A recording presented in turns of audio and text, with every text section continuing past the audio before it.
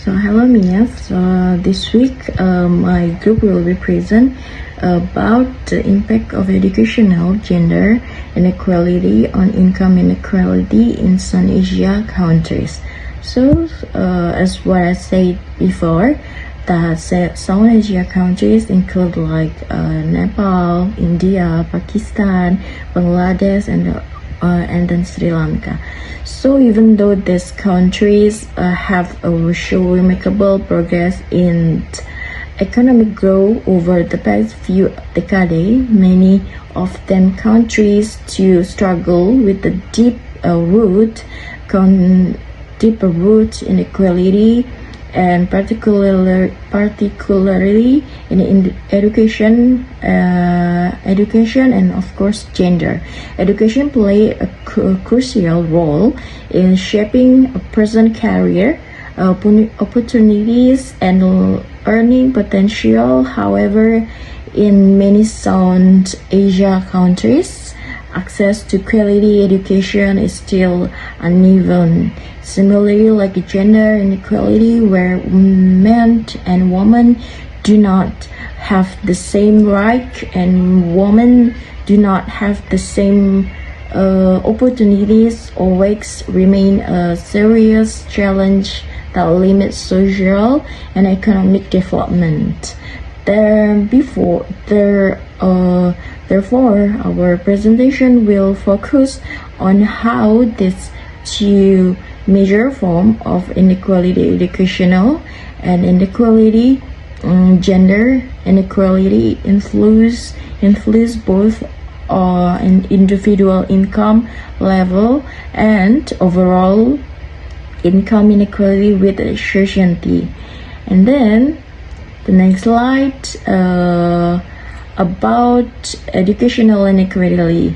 Educational inequality refers to the uneven distribution of educational resource and opportunity among people from different backgrounds, whether by class, gender, and then religion. In Indonesia, this remains of significant challenge. For instance, female literary like rates in countries such as Pakistan and Afghanistan are still below 60%, where in Sri Lanka literary rates are impressively above 19%. This shows how access to educational differs greatly from one country to others. Such inequality in educational rates leads to a gap in skill and qualification.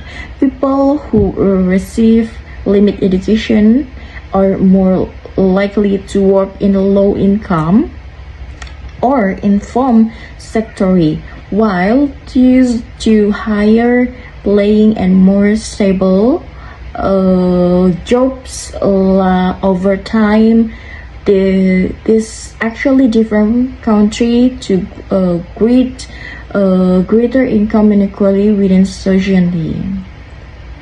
So thank you, Mia. Hello Miss, good morning. Now moving on to gender inequality. In many South Asian societies, women continue to face barriers when it comes to education and employment. They often have fewer chances to attend school or enter the labor market compared to men. Cultural expectation, traditional gender roles, early marriage, and restricted access to higher education make it difficult for women to build careers and achieve financial independence. Next, we discuss about solution, case study, and conclusion. Now, let's take a closer look at case study from India. In India, there is still a significant gap between urban and rural education levels. While the government has made efforts, efforts to improve this situation through various initiatives such as the Beti Bachao, Beti Padhao program, which aims to promote girls' education and empowerment. The progress has been relatively slow and uneven across different regions. Moreover, the gender pay gap continued to be a serious concern. In several industries, women still earn up to 30% less than men for doing the same type of work. And this inequality reflects how gender-biased and limited access to education continue to affect women and economic participants. To help reduce this challenge, several policy measures can be recommended.